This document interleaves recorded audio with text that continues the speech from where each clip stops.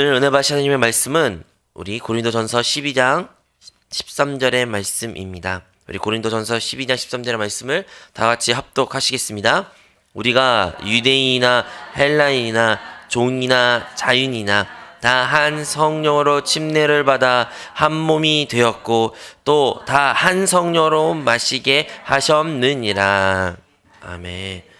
저는 오늘 여러분과 함께 고린도전서 12장 13절 말씀을 가지고 보혜사 성령의 사역 그 두 번째 시간을 갖도록 하겠습니다. 어제 나눈 것처럼 어제 우리가 성령을 이해하기 위해서는 성령님이 우리 삶 가운데 이 인류 가운데 역사하신 것을 이해하기 위해서는 성령님께서는 내적으로 그리고 외적으로 역사했다라는 것을 우리가 함께 나눴습니다. 그 두 방면이 있다는 것을 우리는 반드시 기억해야 합니다. 성령님은 우리 안에 들어오셨습니다. 하지만 또한 우리 위에 임하셨습니다. 우리 안에 오신 성령님은 우리의 생명으로 역사하십니다. 그리고 그 생명으로서 언제나 우리와 함께 계시죠. 그리고 우리가 죽고 우리가 다시 주님 배운 날에 이 성령으로 이 생명으로 말미암아 우리가 다시 부활한 줄로 믿습니다. 우리 예수 그리스도를 부활하신 그 부활의 영이 우리 안에 함께 계신 줄로 믿습니다. 하지만 또한 성령은 우리 위에도 임하셨습니다. 우리 위에 임하셨던 성령은 능력의 성령으로서 복음 전파를 위한 것임을 우리는 기억해야 됩니다. 우리 내적으로 오신 성령님, 이 내적인 생명은 우리 그리스도인들로서 우리가 이 땅 가운데 살아갈 수 있는 힘을 주시고 또한 어떻게 살아갈지 방향을 가르쳐 주시는 역할을 감당하십니다. 하지만 우리 외적으로 임하는 이 능력은 무엇을 위한 것입니까? 바로 복음 전파를 위한 것이며 그리스도의 일을 감당하기 위한 것이며 하나님께 봉사하기 위한 것입니다. 그러므로 우리에게는 이 내적과 외적의 성령 충만이 반드시 필요한 것입니다. 여러분, 성령은요, 성경에서는 생명의 영, 실제의 영, 보증, 기름 부음, 또한 보혜사라고 우리에게 말해주고 있습니다. 우리가 순복음 교회로서 우리 한세 교회로서 이 성령이 너무나도 많이 들었고 잘 알고 있는 것 같습니다. 하지만 또 중요한 역할은 바로 이 성령이 우리의 호흡이 된다는 것입니다. 우리는 성령을 호흡하고 마셔야 됩니다. 우리 주님께서는 제자들에게 숨을 내쉬며 성령을 받으라 하셨다고 했습니다. 성령은 말 그 자체가 공기, 또한 구약에서도 루하라 말하지만 이것 또한 바람, 그래서 눈에 보이진 않지만 실존하고 느낄 수 있는 것, 우리가 호흡할 수 있는 것이 성령입니다. 하지만 이 성령은 방금 전에도 말한 것처럼 능력으로도 역사하는 것입니다. 우리의 호흡, 우리의 생명으로만 있는 것이 아니라 우리가 힘을 가지고 우리가 이전에 가지지 못했던 것을 감당할 수 있게 하는 것이 이 성령이라는 것입니다.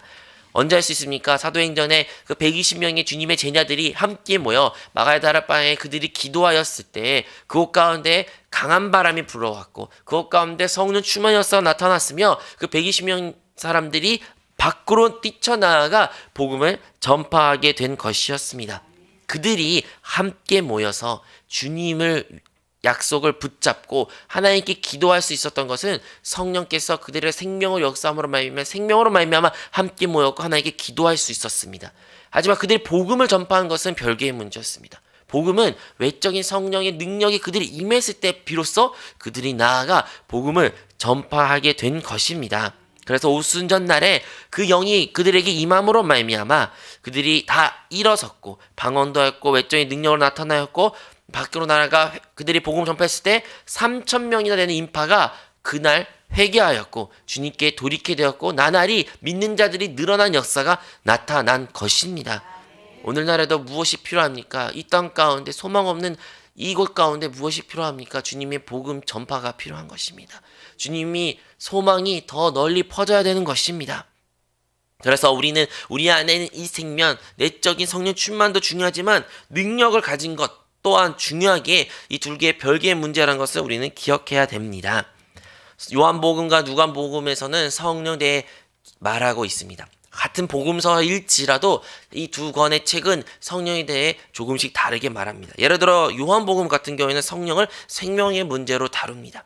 생명의 문제로서 다루기 때문에 요한복음에서 성령을 우리가 마실 수 있다. 그리고 생수로도 많이 비유합니다.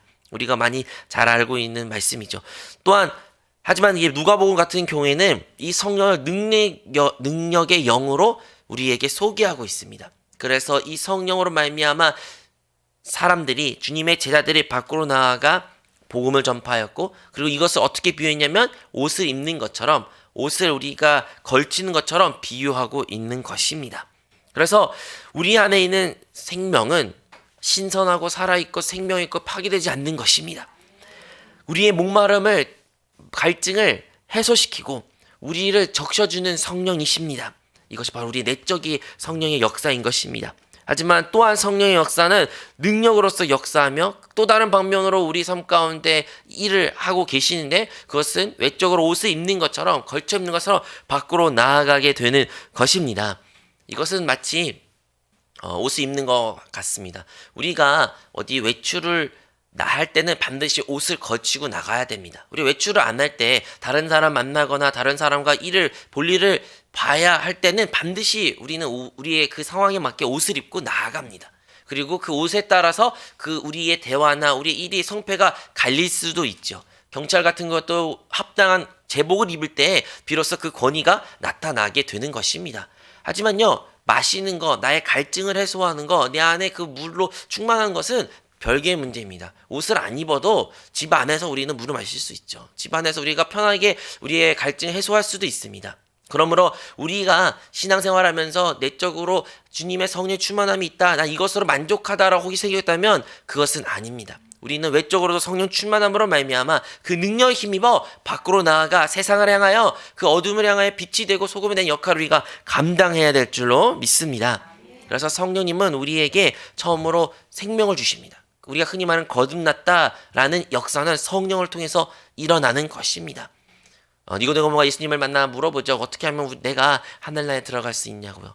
그때 말했을 때 예수님 뭐라 말씀하셨습니까? 반드시 다시 태어나야 된다. 그게 거듭남이죠.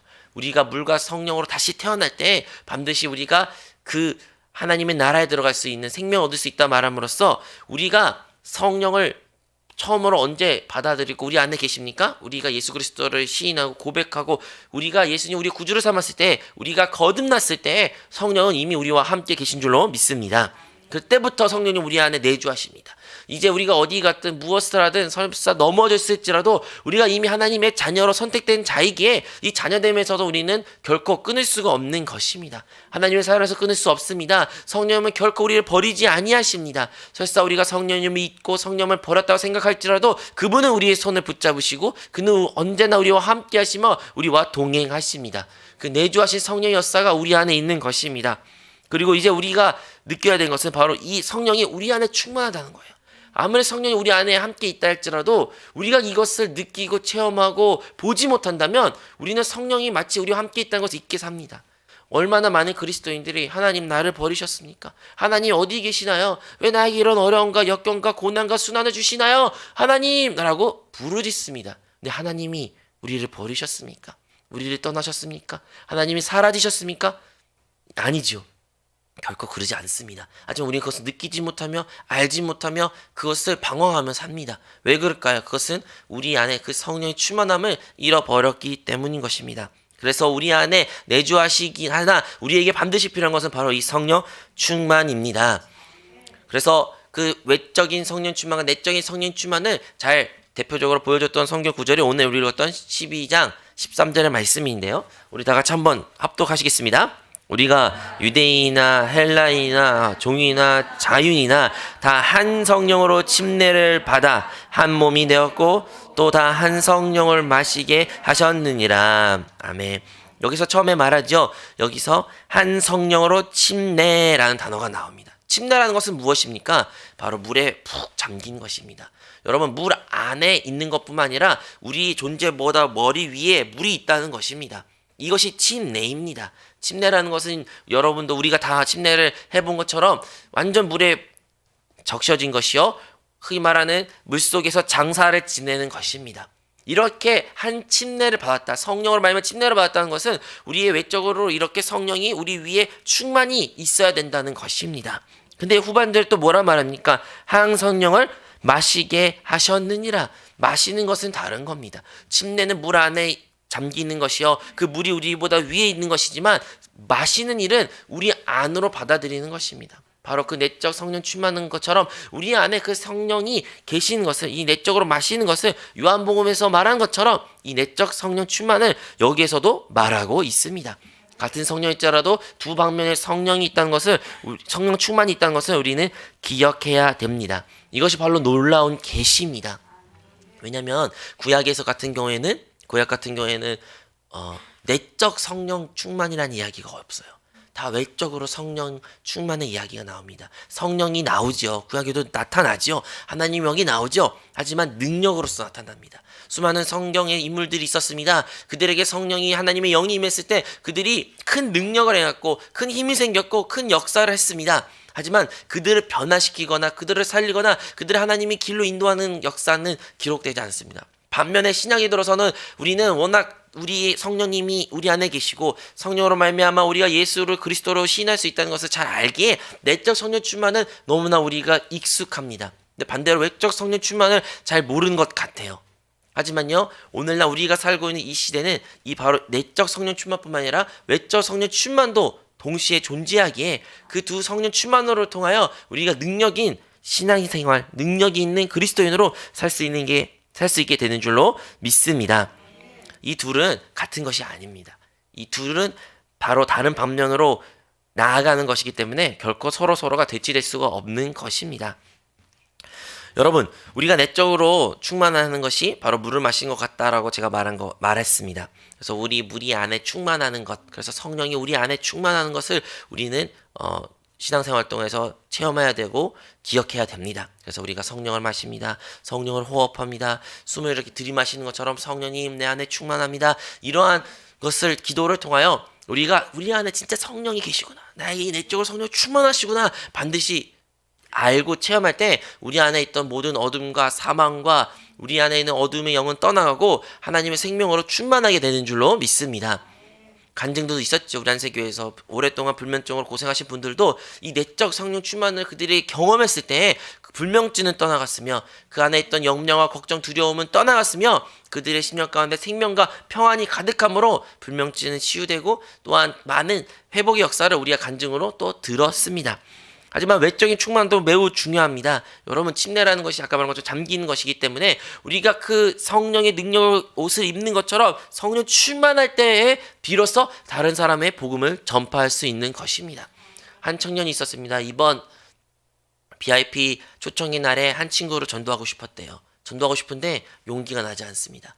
자기의 생활이 그 친구와 아무래도 좀 이렇게 세상적으로 워낙 오래 알고 친구였기 때문에 자기의 허물도 많이 알고 자기가 교회는 다니지만 그렇게 당당하게 교회 다니다 말할 수 없고 그 앞에서 많은 부끄러운 일들을 했나 봐요. 아니면 같은 과거에 많은 경험들을 했나 봅니다. 그래서 차마 그 친구의 복음을 말해야 되지만 복음을 말할 자신감 없고 두려움밖에 없고 부끄러움밖에 없다고 그가 말했습니다. 제가 말했죠. 기도해야 된다. 기도밖에 없다. 오직 기도이다.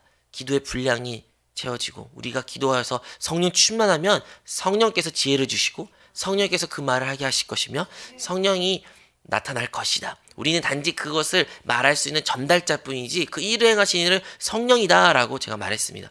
그리고 토요일에 주일 내기 전에 토요일에 말하더라고요. 연락이 오더라고요. 자기가 정말로 기도하고 용기 내어 자기가 그 말을 전했을 때 자기 예상 밖의 반응을 들었다고 합니다. 자기 생각으로 그 친구가 너 완전 미쳤구나. 나에게 종교 얘기를 하지 마라. 예수 너만 믿어라. 예수쟁이는 다 이상하다. 이렇게 자기는 반응할 줄 알았고 충분히 그럴 만한 애라고 했답니다. 근데 그 친구가 아니 자기가 생각해보니까 신이 존재할 수도 있다고 생각하다고. 그럴 수도 있는 것 같다고. 그리고 그 청년의 이야기를 경청했다고 그 간증을 제가 들었습니다. 무슨 말입니까? 여러분, 우리가 복음을 전파하는 것은 우리 안에 주님이 내 안에 살아계셔. 성령님이 내 안에 계셔. 그것에 별개로 또 다른 능력이 필요한 것입니다. 또 다른 힘이 필요한 것입니다. 이전에 내가 갖지 못한 것을 우리가 해야 그 복음을 전파할 수 있게 되는 것입니다. 그것이 바로 성령 충만이고 그 답을 통해서만 우리가 복음을 전파할 수 있게 되는 것입니다. 사도행전 2장 2절에 이렇게 기록되어 있습니다. 호련히 하늘로부터 급하고 강한 바람 같은 소리가 있어 그들의 앉은 온 집에 가득하며, 여기에서 맨 끝에 그들이 앉은 온 집에 가득하다, 충만하다라는 뜻인데요. 헬라어로 플레우라고 써져 있습니다. 이것은 내적으로 채우다라는 의미를 가지고 있습니다. 그 온 집에 성령께서 내적으로 그들과 함께 충만하다라는 뜻을 말하고 있죠. 근데요, 그 2절 다음 4절에는 이렇게 기록됐습니다. 그들이 다 성령의 충만함을 받고 성령의 말하게 하심을 따라 다른 언어들로 말하기를 시작하니라. 여기서 성령의 충만함은 플레토라고 단어가 나오는데요. 이것은 외적인 충만이라는 의미를 가지고 있습니다. 무슨 말입니까? 성령 충만이 외적과 내적이 둘 다 반드시 우리에게 필요하다라는 것을 우리는 기억해야 됩니다. 사도행전 13장 52절에도 제자들은 기쁨과 성령이 충만하니라 라고 하는데, 이 충만 또한 외적인 충만, 그 플레토라는 단어를 사용하고 있습니다. 그래서 사도행전에서는 그 외적인 성령 충만에 대해서 여러 번 등장해요. 언제 등장합니까? 오순절 날에 임했을 때도 등장하고요. 사도행전 4장 8절, 4장 31절에도 등장합니다. 8절 말씀 제가 읽어드릴게요. 이에 베드로가 성령이 충만하여 이르되 백성의 관리들과 장로들아 라고 이렇게 말하면서 설교를 시작합니다. 베드로가 이미 그 마가의 다락방의 성령 충만함을 받았죠. 근데 또 성령 충만을 받아 하면서 설교를 시작하는 것입니다. 우리에게 성령 충만, 이 외적 성령 충만, 능력의 성령 충만은 우리에게 다시 필요하는 것입니다. 이 성령 충만 받을 때, 능력이 있을 때 우리가 당당하게 복음을 전파하게 될 것이며 복음의 능력이 나타날 것이며, 그러면 죽었던 영혼이 주님께 돌아오게 될 것입니다. 여러분, 예수님을 보십시오. 예수님께서 그가 이 땅에 잉태된 그 순간부터 이미 성령이 함께 하셨습니다. 예수님은 성령으로 말미암아 잉태된 존재셨습니다. 하지만요, 그가 30살 됐을 때, 그가 침례를 받았을 때, 비로소 비둘기 같은 성령이 그가 임했을 때, 성령 충만, 외적인 충만이 임했을 때 예수님의 사역이, 공생애가 시작된 것입니다. 이처럼 사도 바울도 마찬가지입니다. 사도 바울도요, 그가 처음에 예수님을 믿는 자를 핍박했습니다. 다메섹 가는 길에 다메섹에서 그 예수 믿는 자들을 다 죽이거나 아니면 붙잡아서 재판을 넘기려고 했습니다. 근데 그때 하늘에서 빛이 떨어지고 주님을 만나는 역사가 사도 바울에게 있었습니다. 그리고 주님을 만났을 때 예수님이 바로 그리스도라는 것을, 하나님이라는 것을 그가 깨달았습니다. 그 고백을 했다는 것은요, 이미 성령이 그와 함께 있다는 것이에요. 사도 바울이 말하죠. 예수를 그리스도로 시인한 것은 성령이 하실 수밖에 없는 일이라는 것입니다. 하지만요, 그가 금식하고 기도하고 예수님의 제자 아나니아가 찾아와 그에게 기도했을 때, 안수했을 때 비로소 그가 성령 충만함을 받게 되었다라고 또 기록된 것입니다. 그 성령 충만 받고 이후에 사도 바울은 복음을 전파하게 되었으며 그의 사역이 시작되었으며 주님의 놀라운 역사가 나타나게 된 것입니다. 우리도 마찬가지입니다. 우리에도 예수 그리스도를 영접했을 때 우리의 예수님이 나의 구주시여, 주님은 우리의 모든 것이 되십니다 라는 고백한 것은 성령께서 하신 일입니다. 그리고 그 성령이 우리의 생명이 되어 주셨습니다.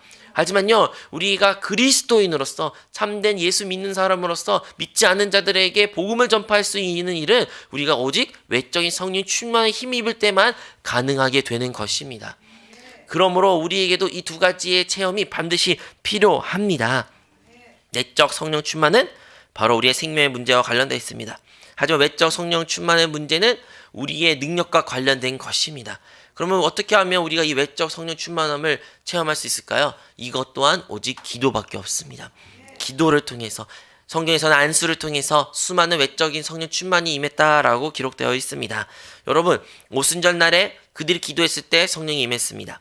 사마리아 한 무리들이 예수님을 성령에 대해서 알지 못했을 때 그 무리 가운데 기도했을 때 성령이 그들에게 안수하며 기도했을 때 그들에게 성령이 임했습니다. 사도 바울에게도 그에 임했을 때 외적인 성령이 임했으며, 고넬료 집에 있을 때 베드로가 가서 그를 위해서 기도했을 때 성령 충만이 임했으며, 에베소에 믿는 이들 가운데서도 그들은 예수는 하나 성령에 대해서 알지 못했을 때 그들이 기도했을 때 그들 가운데 성령이 임했습니다. 우리의 외적 성령 충만은 오직 기도를 통해서 나타난 줄로 믿습니다. 그러므로 오늘 이 새벽 예배 나온 우리 또한 기도할 때 어떠한 기도를 해야 될까요? 물론 많은 기도를 할 수 있죠. 우리의 가정의 문제의 기도도 하실 수 있습니다. 우리가 습관적으로 우리가 했던 기도도 하실 수도 있죠. 하지만 우리가 진정으로 사모해야 하는 기도는, 이 기도회를 통해서 우리가 기대하는 것은 바로 성령의 충만함, 그 능력의 성령, 생명의 성령을 우리에게 다시 한번 충만케 해달라는 기도가 반드시 필요한 줄로 믿습니다. 어쩌면 그 기도가 화려하고 다양한 수식어로 사용하는 기도가 아닐 수도 있습니다. 하지만 그게 중요한 것이 아닙니다. 우리에게 중요한 것은 바로 이 성령 충만, 내적 외적 성령 충만을 통하여 우리가 오늘도 승리한 그리스도인으로서 우리가 만나야 될 그 영혼 가운데 당당하게 복음을 전파함으로 말미암아 그 영혼이 하나님께 돌아온 역사가 나타나게 된 줄로 믿습니다. 어떻게 하면 우리의 내적 성령 충만을 받을 수 있습니까? 그것은 우리의 마음을 활짝 열어야 됩니다. 여러분, 성령님이 우리 안에 계십니다. 하지만요, 여전히 우리 안에는요, 내가 너무 많아요. 주님한테 자리를 내어줄 곳이 없을 수 있습니다. 주님에게 단칸방처럼 그냥 조그만 방을 주셔. 성령님 맞아요, 계셔요. 그러니까 여기 잠깐 계시고 나머지 제 마음 가운데 제가 생각하고 제가 사랑하고 제가 품고 싶고 많은 것들이 아직도 내 안에 나 있습니다. 하지만 우리가 어떻게 하면 이 내적 성령 충만을 체험할 수 있습니까? 어떻게 내가 성령이 내 안에 충만하시구나, 성령이 나로 흠뻑 적셨구나를 체험할 수 있습니까? 그것은 내가 주님께 나의 그 모든 것을 내어드릴 때, 이 말을 어떻게 우리에 또 말합니까? 표현합니까? 헌신이라고 말하죠. 헌신. 우리가 주님께 헌신할 때 나의 모든 것을 주님께 드립니다. 내 생명, 내 마음, 내 온 존재 모든 것을 주님께 내어드립니다. 우리가 이런 헌신하는 기도, 우리의 마음을 활짝 열고 내어드릴 때 비로소 성령의 충만함을 우리가 체험하게 되는 줄로 믿습니다.